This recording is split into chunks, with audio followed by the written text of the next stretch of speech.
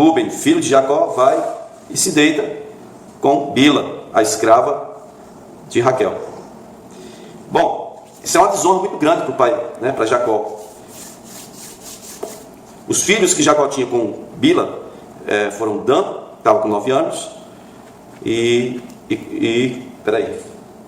Jacó, Bila, Dan e o outro, Naftali. Naftali é 4 anos mais novo do que Rúben, né? Só para você ter uma ideia. Dan é 9 anos mais novo e Naftali 4 anos mais novo do que Rúben.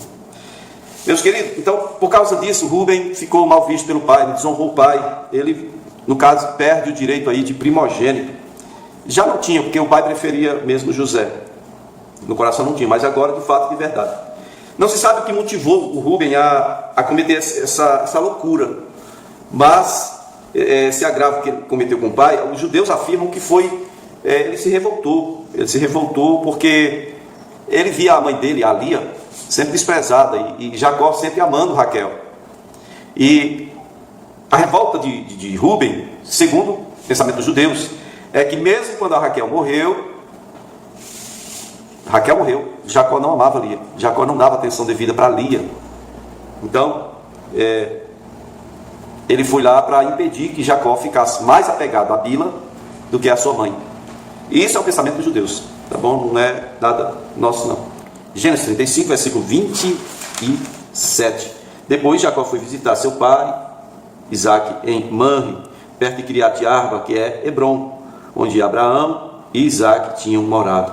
Ok? Está em Gênesis 35, versículo 27. E Gênesis 37, 1 diz que Jacó habitou na terra de Canaã, onde seu pai tinha vivido como estrangeiro. O pai de Jacó segue, mas os filhos de Jacó, agora já com bastante idade, né? Acho que agora é que eles estão conhecendo o avô. Até agora não tem nenhuma outra narrativa que diga que os filhos de Jacó já conheciam o seu avô Isaac. Esse foi o momento, então.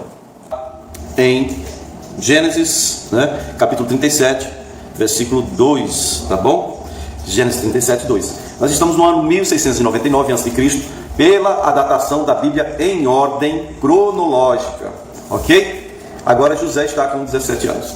Gênesis 37, 2 diz: esta é a história da família de Jacó. Quando José tinha 17 anos, pastoreava rebanhos com os irmãos, ajudava os filhos de Bila e os filhos de Zilpa, mulher de seu pai. Queridos de Deus, seus irmãos, ele auxiliava seus irmãos. José, no caso, era o mais novo. Agora não, o mais novo seria o Benjamim, nasceu no momento em que a mãe dele, a Raquel, faleceu. E agora está com 1 ano, né, o Benjamim, filho de Raquel, segundo filho de Raquel. Mas José era o querido do papai e disse que ele auxiliava os irmãos. Eu quero que você observe bem a leitura bíblica, porque nesse momento em que fala que José auxiliava os irmãos, não está se referindo a todos os irmãos. Não. Se você observar a parte B do versículo, diz que ele auxiliava, ele falava, denunciava, ele era X9, né, dos filhos de Bila e os filhos de Zilpa. Quem são estas? São as escravas, as servas de Raquel e de Lia. Bila, serva de Raquel, e a Bila tinha 2 filhos com Jacó, Dan e Naftali. E Zilpa era a serva de Lia, que tinha mais 2 filhos, o Gade e o Azer. José ficava mais próximo dos filhos das escravas. E José contava a Jacó toda a má fama deles. Olha bem, má fama. Interessante, né? Como contava o pai a má fama deles. Então, os filhos das escravas, os filhos das servas, já tinham um comportamento ruim, né? Veja bem. Bom, eles, então, em Hebron, Benjamim agora está com 1 ano.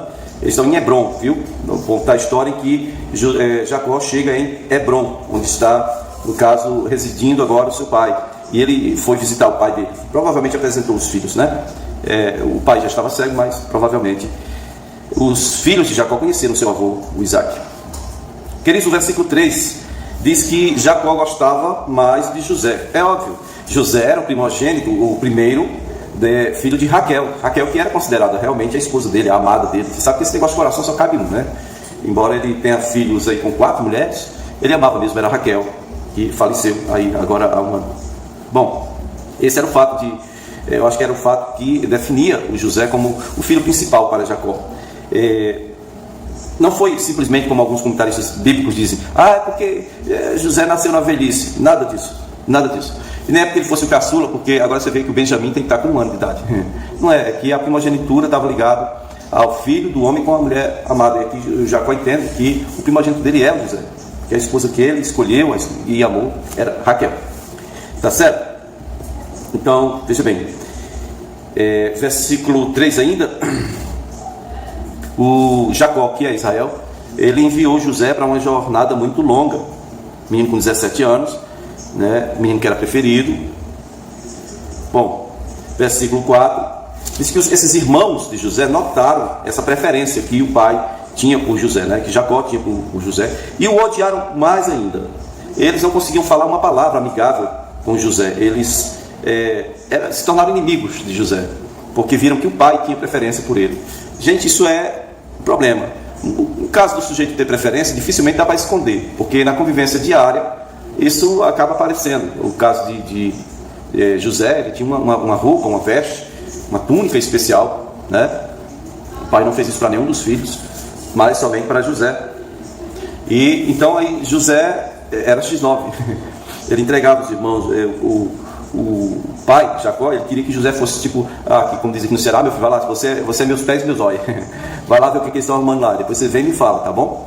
Era mais ou menos isso. E isso foi só piorando o relacionamento, né, entre os irmãos, que, diga-se de passagem, os filhos das escravas tinham má fama. Perigo. E aí denunciando para o pai, e a Bíblia não narra aqui, a princípio, não narra que Jacó tenha chamado esses filhos das escravas para ter a conversa com ele, não. Esse é um problema, sério. Porque primeiro coloca o Jacó para ir servir a ele de X9.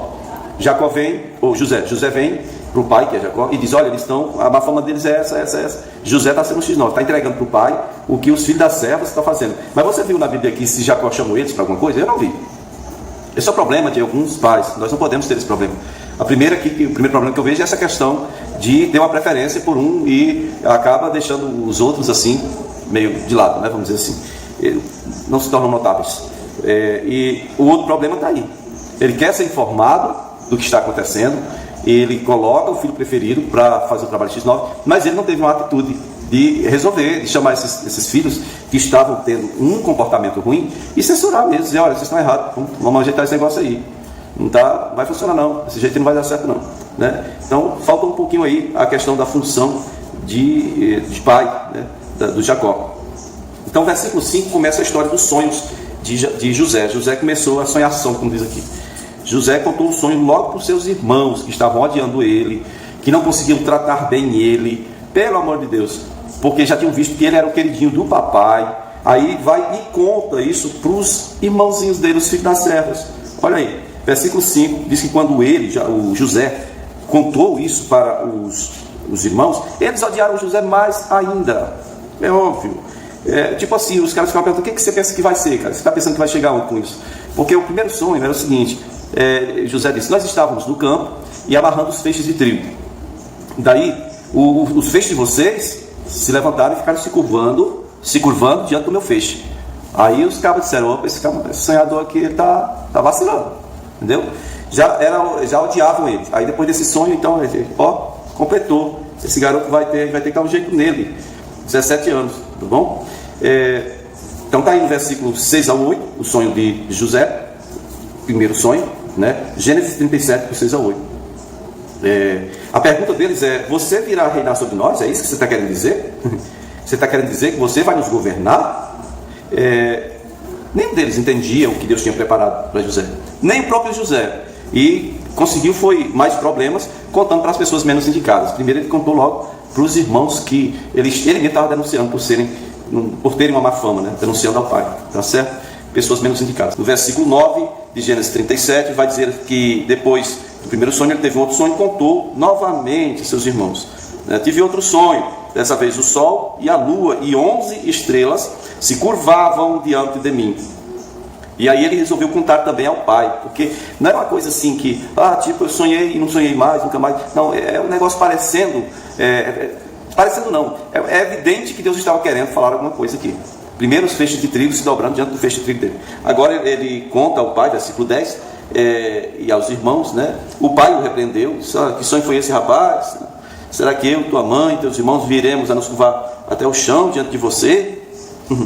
E aí os irmãos tiveram mais ciúme ainda, né? O pai, no entanto, refletia naquilo que José estava relatando. Bom, queridos, o problema do Jacó aqui, do José aqui, inicialmente, é que ele contou para o Jacó, contou para os irmãos novamente, né? Ele viu que não estava adiantando, contou para o pai. Mas você não vê ele contando para o pai o primeiro sonho. Talvez se o José tivesse contado para o seu pai, Jacó, que tivera primeiro um sonho dos feixes de trigo, e agora teve outro sonho, porque aparece uma mensagem semelhante. Os trigos estavam se curvando ao molho de trigo do José. Agora o sonho dele é que as estrelas, né? 12 estrelas, Sol e a Lua e 12 estrelas se curvando para ele, né? Este aí é o seguinte: o Sol e a Lua, eles são os luminares que governam, né? O Jacó tem um histórico de revelação por sonhos, né? Deus falou com ele quando estava fugindo do Esaú, seu irmão, falou através de sonhos, e várias revelações que o Jacó teve foram através de sonhos. Agora o filho dele, o filho preferido dele, está sonhando. Ele tem que meditar para tentar entender o que Deus está tentando comunicar, tá certo?